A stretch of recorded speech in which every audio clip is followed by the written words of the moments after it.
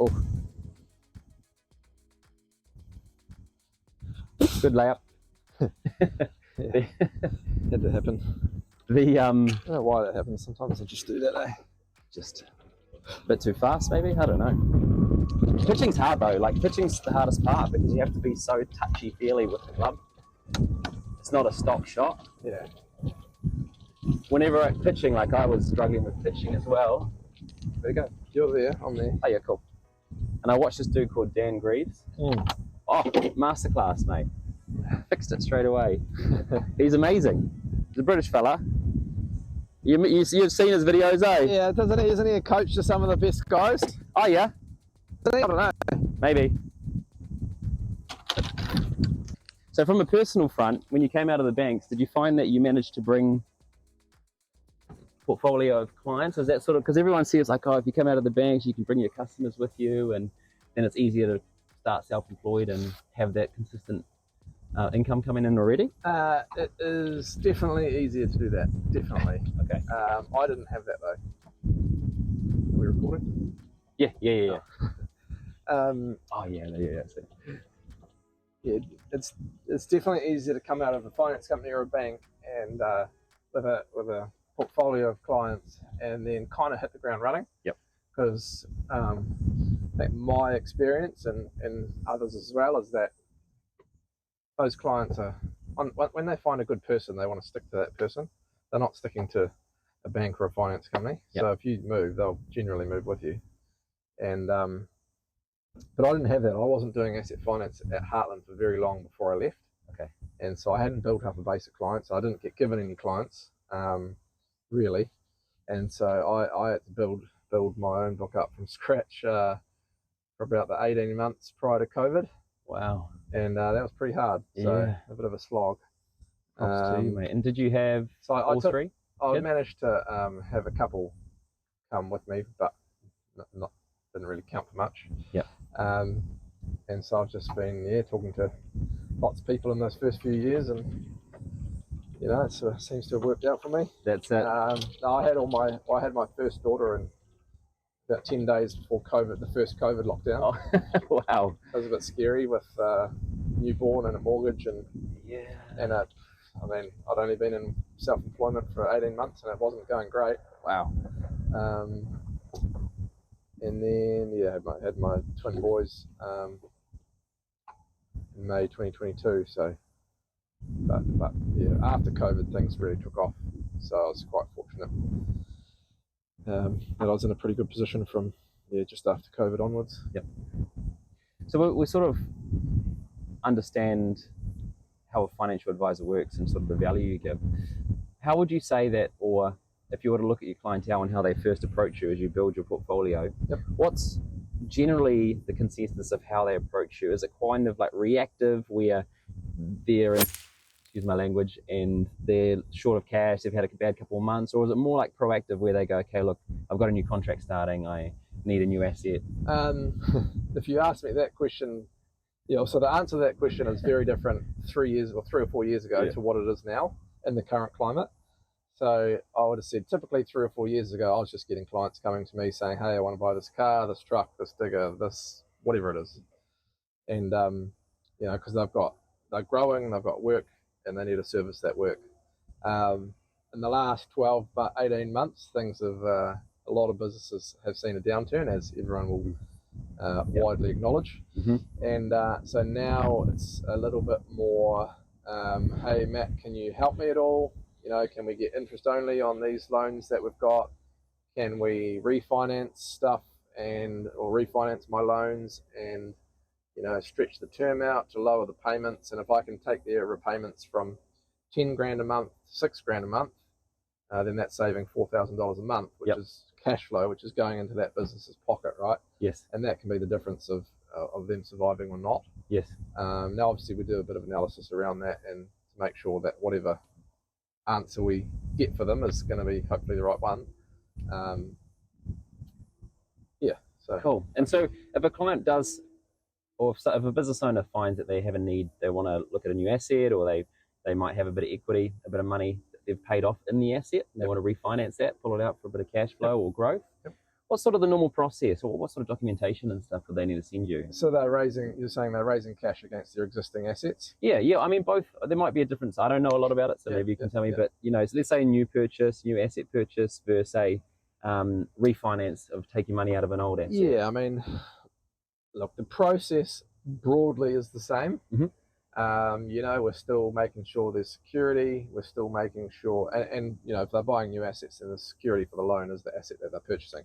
But there's obviously got to be a security for the loan, and then there's got to be some debt servicing aspect to make sure the business can afford it, and that could be on historical accounts, or it could be on future contracts or budgets, forecasts.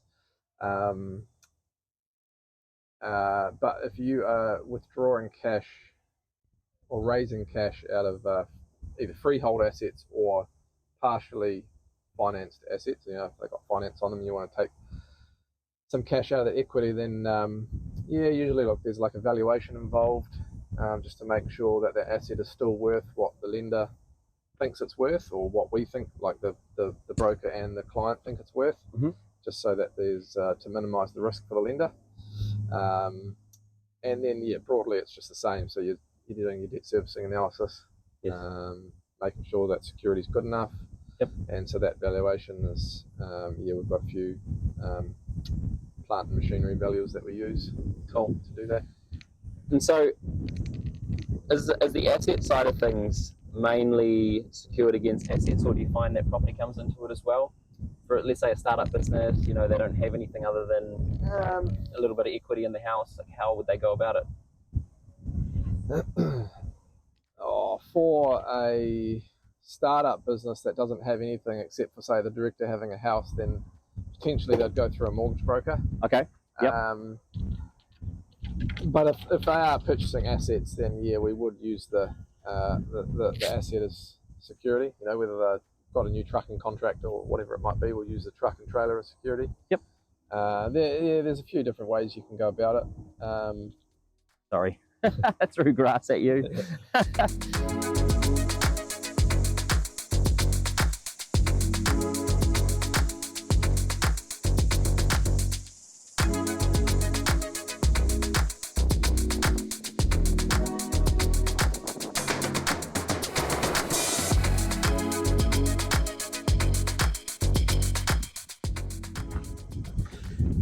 One of the biggest misconceptions I see is, as a business owner, they're so worried about what a financial advisor or a commercial advisor would cost, and they don't necessarily look for help because they think it's going to cost so much money. Is there any sort of comment on that side of things? Well, first of all, to the clients out there, I mean, we work in the same way as a mortgage broker. So, when a mortgage broker does a mortgage, they get paid commission by the lender, and we're the same. So I don't do mortgages, but when we do asset finance, machinery, equipment, vehicles, whatever it is, we get paid commission from the lender. So there's no upfront cost to the client, which is a great service. So I mean, most brokers will want you to use their knowledge, and I'm no different. I want my clients to lean on me. I want them to lean on their accountant, absolutely, but also me as well. If I can add anything, then happy to do so. So it's it's more than just a one-off transaction as well. We're brokers. As brokers, I'm there when they're buying a new asset to the business, or whether they're struggling, or whether they need help with cash flow relief, or whether they want to go on interest-only payments, or whether they want to refinance, or whatever the reason may be. I want my clients to talk to me about what they're going through so that I can better serve them. That makes sense. Well, it's good to know that, because a lot of people do worry about, a lot of business owners do worry about that. So you can, most of the time they're going to use you all the time as well, right? You're not going to charge them per hour. No. It's about the part settlement, the transaction of. I mean, we only get paid when we settle a loan, but so all the help we do with around, when businesses might be struggling and we're doing interest-only requests and variations and refinances. Well, not refinances, but the interest-only requests and all that sort of stuff, that's unpaid for us, but that's just part of the service. I see. Whereas if we're doing a refinance and we're taking it to a different lender, then that new lender would pay us for that business. Cool. It's good to know that. So we've got a par 3 130 it looks like. Your honours there, mate. Got a nice... It's going to be 120, I reckon. Yeah, I think that wind is blowing quite a lot. Just on my watch. Boost along. I don't know how wobbly it gets with the camera, but it might be okay. There should be some stabilisation probably that your camera will just do automatically, wouldn't it? Hopefully. So we come up to the 9th hole. Just want to try and get like one question that I ask every time. Sure. You got me nervous a little bit. Yeah, no, it's not that bad at all. It's just mainly based around business owners. Okay. What would you say is the biggest financial mistake that business owners make that you want them to be a bit more aware of? I've got a reasonable answer for this one. I think business owners need to be aware of their numbers. Yeah. And it's as simple as that. And what I mean by that is, you know, every business owner, I don't really care how small or big the business is, should be on Xero or MYOB or something equivalent to that. And they should be able to go into that program, say Xero, and print out a profit and loss. And obviously they need to make sure they input stuff properly, or if they don't want to, then get a bookkeeper or an admin staff to do that. Just so that when they can print out a profit and loss for the month just been, or the year to date, or whatever it is, that they can see where their business is tracking. Yep. You know, like I just see so often like businesses, I'll talk to a guy on the phone and they'll be like, oh, how's your year going? And he'll be like, oh yeah, it's going pretty good. We're doing really well. And then I get their profit and loss and they're making a loss. Yeah. And I'm like, so how is business going good if you're making a loss? Because they're busy. Yeah, you're busy what? I don't know. And so just, you know, I think people should be looking at their numbers, and it might just be a quick glance, but they should be looking at their numbers on a monthly basis. Yep. If not more. I mean, probably the bigger the company, you'd want to break it down even further. But for little businesses, I think, you know, if you looked at your profit and loss, so you know what your revenue is, you know what your gross profit is, you know what your net profit is, then you can sort of track things. And business owners are going to have a feel for all of that stuff, probably naturally, because they know, oh, I'm really busy at the moment, I've got this good work coming in, and therefore my revenue is going to be good. But you know, you want your gross profit to be high and steady as well. And then, you know, obviously you want some money dropping at the bottom so you can, you know, grow your business and pay for loans and reinvest and all that sort of stuff. So cool. That's awesome, mate. It's good to know that. I think that I definitely can see that from my experience in the lending side of things, that's the biggest is financial literacy, right? Not really understanding. Ooh. That's a hard pin. Month to month profits or losses that they're making, and it's very important, because you can have all the sales in the world, but if your cost of goods are the same as your revenue, that's pointless. You're going nowhere. Yeah.